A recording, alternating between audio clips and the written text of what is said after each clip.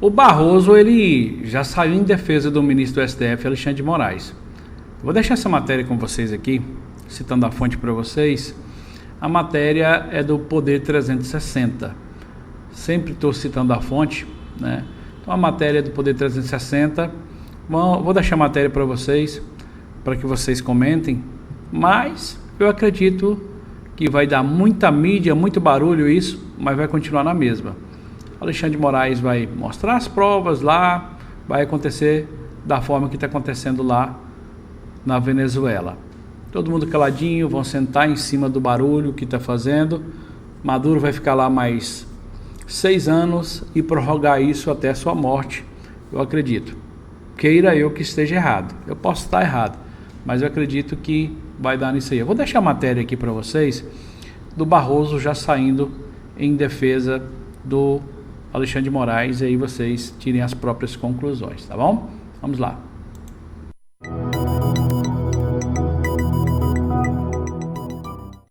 Antes de iniciar a sessão, porque o tema tem sido debatido na imprensa e nas redes sociais, eu me permito dizer algumas breves palavras a propósito do debate que está imposto na sociedade e na imprensa. Na vida, às vezes, existem tempestades reais e, às vezes, existem tempestades fictícias. Acho que nós estamos diante de uma delas. Muito breve e objetivamente, eu gostaria de registrar o seguinte a propósito das discussões que têm sido travadas de ontem para hoje. Em primeiro lugar, todas as informações que foram solicitadas pelo Supremo Tribunal Federal e pelo relator dos inquéritos, o ministro Alexandre de Moraes, referiam-se a pessoas que já estavam sendo investigadas e, portanto, o inquérito que já estava aberto perante o Supremo Tribunal Federal. Informações voltadas à obtenção de dados diante da denúncia de reiteração das condutas de desinformação e de circulação de ataques à democracia e de discursos de ódio. Portanto, em nenhuma hipótese e em nenhum caso houve fishing expedition dirigida personalizadamente a qualquer pessoa de maneira aleatória. Informações para instruir inquéritos que já estavam em curso. Em segundo lugar, e muito importante, todas essas informações solicitadas eram informações públicas, solicitadas ao órgão do Tribunal Superior Eleitoral, que fazia o acompanhamento das redes sociais. Portanto, não houve aqui nenhum tipo de investigação de natureza policial ou investigação que dependesse sequer de reserva judicial. Era acompanhamento de dados e informações, notícias e postagens em redes sociais para verificar se ali havia alguma conduta criminosa ou alguma conduta que estava sendo investigada no âmbito dos inquéritos do Supremo Tribunal Federal. É muito importante deixar isso claro. Não houve pedido direcionado aleatoriamente a qualquer pessoa. Em terceiro lugar, o condutor dos inquéritos aqui no Supremo, diversos inquéritos da fake news, das milícias digitais, da tentativa de golpe e os seus diferentes desdobramentos, eles são conduzidos aqui no Supremo Tribunal Federal pelo ministro Alexandre de Moraes, como é próprio dos inquéritos, são conduzidos por um relator e quando há alguma decisão que envolva reserva judicial ou alguma complexidade, ela é ratificada pelo plenário.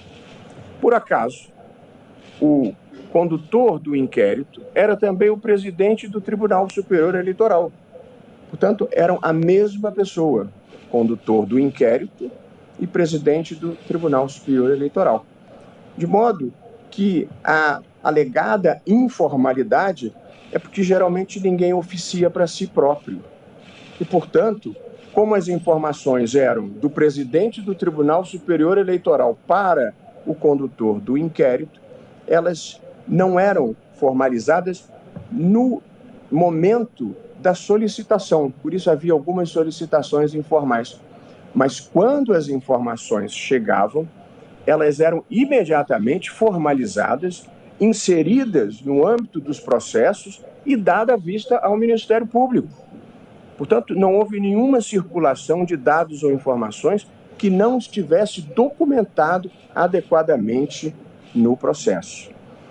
Uma outra percepção equivocada que circulou a propósito deste assunto foi que haveria iniciativas de ofício, independentemente de provocação pelo Ministério Público.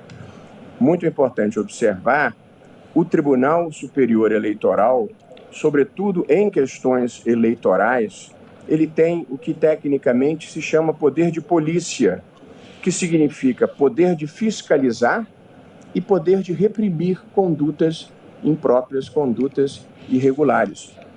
O poder de polícia é exercido, e esse é o termo técnico, de ofício, ou seja, independentemente de procuração. De modo que o TSE tem o dever jurídico de atuar sempre que exista a circulação de alguma desinformação que ofereça risco ao processo eleitoral ou ao processo democrático do qual o processo eleitoral é uma decorrência. Portanto, a ideia de que foram iniciativas tomadas à margem da lei é completamente equivocada. É uma desinformação jurídica. O poder de polícia é exercido de ofício. Basta a verificação de que exista alguma coisa errada ou potencialmente errada acontecendo. Eu ainda gostaria de lembrar, em nome do tribunal e em defesa do ministro Alexandre de Moraes e dos ataques impróprios e injustos que tem sofrido, o contexto em que esses procedimentos se deram, para que não se faça um revisionismo histórico abstraindo do que nós estávamos vivendo naquela conjuntura de risco grave para a democracia. E eu fiz de memória alguns registros aqui dos ataques graves que o Supremo recebeu, inclusive vindos de altas autoridades, no dia de comemoração da independência do Brasil. Nós vivíamos um contexto de acampamentos nas portas de quartéis pedindo golpe de Estado para impedir a posse do presidente da República eleito democraticamente. Nós tivemos situações de bloqueio das estradas. Nós tivemos situações de ministros cercados, eu mesmo, por centenas de pessoas com ameaça de agressão. Nós tivemos inúmeras ameaças de morte a cada um de nós.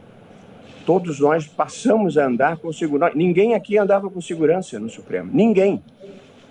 E mais recentemente precisamos fazê-lo pelos sucessivos riscos que passamos a correr num evento que estivemos em Nova York, uma turba que depois se descobriu que estava recebendo diária para nos atacar, tentou virar em plena Quinta Avenida a van em que nós estávamos.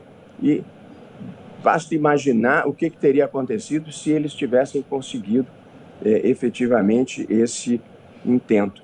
Nós vivíamos a conjuntura em que, no dia da diplomação do atual presidente da República, a Polícia Federal foi depredada. Nós tivemos, nesse mesmo período, uma bomba que foi descoberta e desarmada antes de explodir no aeroporto de Brasília. Portanto, nós vivíamos uma conjuntura tensa e de gravíssimas ameaças à democracia, às instituições e às pessoas. E, portanto, é preciso ter em linha de conta que as decisões eram tomadas numa conjuntura extremamente adversa, em que se fazia uma campanha falsa, fraudulenta, contra as urnas eletrônicas, contra a legitimidade do processo eleitoral e depois contra a posse do presidente da República eleito. Portanto, todos os atos praticados pelo ministro Alexandre de Moraes se deram no cumprimento de dever. E nós que o acompanhamos de perto sabemos o custo pessoal e a coragem moral e física que exigiu enfrentar esse tipo de movimentação antidemocrática.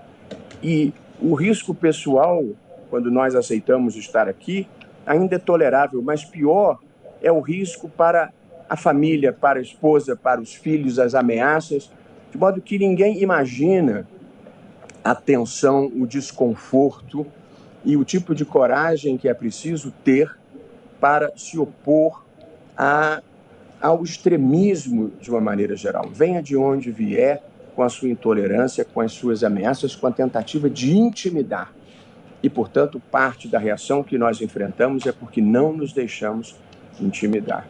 E, portanto, nós não podemos rever a história esquecendo do que passou e do que nós tivemos que enfrentar nesse país, infelizmente, em ciclos de atraso que nós achávamos que já havíamos superado. E respeitando o papel da comunicação social, porque nós não temos nada a esconder, tudo aqui é transparente e, portanto, a preocupação não é o tipo de notícia que vem à luz do dia, porque ninguém aqui tem nada a esconder, e o papel da imprensa é divulgar mesmo a notícia que parece interessante para o público. Mas as interpretações equivocadas e as narrativas inverazes, essas nós precisamos enfrentar. Portanto, a nossa dificuldade não é com a divulgação de nenhuma informação. Isso não nos preocupa. Mas as interpretações erradas, essas nós precisamos desfazer, e essa é a única razão pela qual eu estou tratando desse assunto. E todos nós precisamos... Vamos só até aqui no vídeo. Já está chegando no final, mas nós vamos só até aqui, tá? Assim, eles vão colocar as interpretações deles, né? Então, já basicamente um recado aí para a mídia que está divulgando, que a interpretação da mídia foi equivocada, foi errônea. E eles vão discutir isso aí. E se eles entenderem que é errada, provavelmente vai ter punição para a mídia. Então, isso aí é algo que pode acontecer. E eu quero já deixar para vocês aqui, o que vocês pensam, se é um judiciário esquerdizado, um judiciário político, o que vocês pensam disso? A minha opinião, infelizmente, eu acho que não vai dar em nada. Espero que eu esteja errado, que não vai dar em nada. O Alexandre de Moraes, eles vão se fechar ali e vai ser somente notícia mesmo. Esse é o meu pensamento e a minha opinião. E você, o que você pensa? Você pensa que é só mais cortina de fumaça, só mais barulho, ou isso vai dar alguma coisa? E também sobre a Venezuela, você acha que o Maduro cai ou não? Que o governo brasileiro, o governo da Colômbia e do México estão calados até que o Maduro fique no poder por mais 6 anos e se perpetue no poder ou não? Diz aí o que você acha. Comenta aí. Fala para mim o que você acha. Se você tem uma opinião contrária à minha, ou se você tem uma opinião do mesmo jeito que eu. Meu nome é Denis Gonçalves. Estou trazendo editoriais aqui para vocês. Se estão gostando do conteúdo, curta, compartilhe, se inscreva. Eu quero ser amigo de vocês. E eu vou lá responder vocês nos comentários. Um forte abraço a todos e até o próximo editorial.